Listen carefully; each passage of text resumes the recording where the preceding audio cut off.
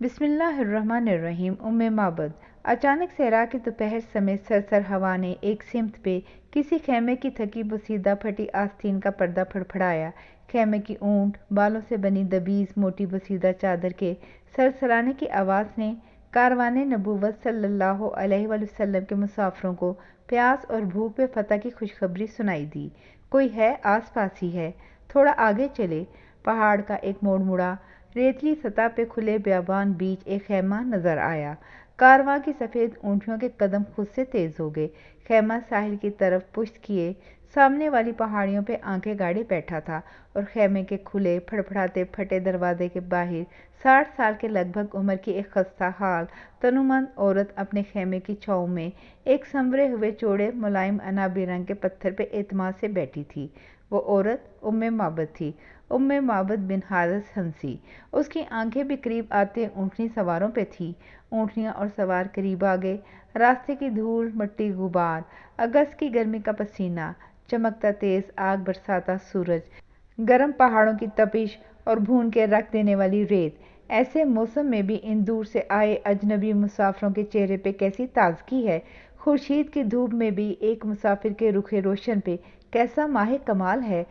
معبد دیدے پھاڑے اسی سوار کو تکے جا رہی تھی، حیران تھی کہ دھوپ کے سفر میں، بنجر پہاڑی صحرا سفر میں کوئی مسافر اتنا تر و تازہ کیسے رہ سکتا ہے۔ کون ہے یہ؟ نوارد قریب آگئے۔ انہوں نے اپنی اونٹنیاں بٹھائیں۔ سیدنا ابوبکر ریگزاروں کے ہر مکین کو جانتے تھے۔ انہیں پتہ تھا شاید یہاں سے خشک گوشت یا اونٹ بکری کا دودھ ملے، وہ خرید لیں گے۔ معبد سے دریافت کیا۔ وہ ابھی تک سیدنا ابوبکر کے ساتھ والے سوار کو تکے جا رہی تھی، جیسے ساری زندگی کی پیاس آنکھوں نے اس کی آج ہی ختم کرنی ہے۔ بولی، خشک سالی کے تلخ دن ہیں، گھر میں کچھ بھی ایسا نہیں جو مہمان کو پیش کر سکوں، ورنہ خرید و فروخت درکنار میں جی بھر کے میزبانی کرتی۔ ایک یہ پھٹا سا بوسیدہ خیمہ ہے، اس کی چھتر چھاؤں ہے، حاضر ہے، اطمینان سے چند لمحے آرام فرمائیں۔ آقا صلی اللہ علیہ وآلہ وسلم بھی اتر آئے۔ خیمے کے اندر ایک مرجھائی ہوئی لاغر بکری بندھی ہوئی تھی۔ آقا صلی اللہ علیہ وآلہ وسلم نے پوچھا، اور بکریاں بھی ہوں گی؟ معبد بولی، ہیں، انہیں چرانے میرا میاں جنگل لے گیا ہے۔ اور یہ بکری؟ آقا صلی اللہ علیہ وآلہ وسلم نے خیمے میں کھڑی کمزور ہڈیوں بھری لہلہاتی بکری کی طرف اشارہ کر کے پوچھا۔ معبد تو آقا صلی اللہ علیہ وآلہ وسلم پہ نثار آنکھوں سے ٹکٹکی لگائے دیکھ رہی تھی۔ ہنس کے بولی، اس سے تو چلا بھی نہیں جاتا، جنگل کیسے جاتی، اتنی کمزور ہے۔ آقا صلی اللہ علیہ وآلہ وسلم نے کہا، اگر اجازت دو تو اسے دھو لوں؟ معبد کی آنکھیں حیرت سے انہونی سن کے ہنسی اور وہ بولی، جس نے کبھی دودھ دیا ہی نہ ہو، نہ وہ اس کے قابل ہو، اسے دھونا ہے؟ دھو لیں۔ وہ شاید انہونیاں جیتنے اور دیکھنے کی آرزو کا لمحہ تھا۔ آقا صلی اللہ علیہ وآلہ وسلم نے بسم اللہ پڑھ کے اس کی پچکی ہوئی سیمی ادموئی بکری کی گردن پہ پیار سے ہاتھ رکھا۔ بکری کے پورے جسم میں قوت اور تازگی بھر آئی۔ اس کی مرجھائی ہوئی خستی کھال کا رواں رواں اپنی جڑوں کے اندر سے ایسی ہری کونپلوں کی طرح اٹھا جیسے صحرا میں متو جلے پودے پہ آب و حیات کی بوندا باندی ہو گئی ہو۔ آقا صلی اللہ علیہ وآلہ وسلم نے بکری کی کمر کو شفقت سے سہلایا۔ بکری اپنے قد سے اونچی دکھنے لگی۔ آقا صلی اللہ علیہ وآلہ وسلم نے پھر اللہ واحد کا نام لیا، فرمایا، اے اللہ، معبد کو اس کی بکری سے برکت دے، اور بکری کے سوکھے جھریوں بھرے تھنوں پہ ہاتھ پھیرا۔ بکری کے تھن دودھ سے بھر گئے۔ معبد وہ منظر دیکھتے ہوئے پتھر کی ہو گئی۔ اس کی آنکھوں کے سامنے اس کی زندگی کا سب سے حیرت انگیز واقعہ ہو رہا تھا۔ آقا صلی اللہ علیہ وآلہ وسلم نے معبد سے کوئی برتن مانگا۔ وہ اپنے خیمے کا سب سے بڑا پیالہ لے آئی۔ آقا صلی اللہ علیہ وآلہ وسلم نے دودھ دویا، اتنا دودھ، پھر جھاگ بھرا جیسے مکھن سے لدا ہوا۔ معبد سکتے میں تھی۔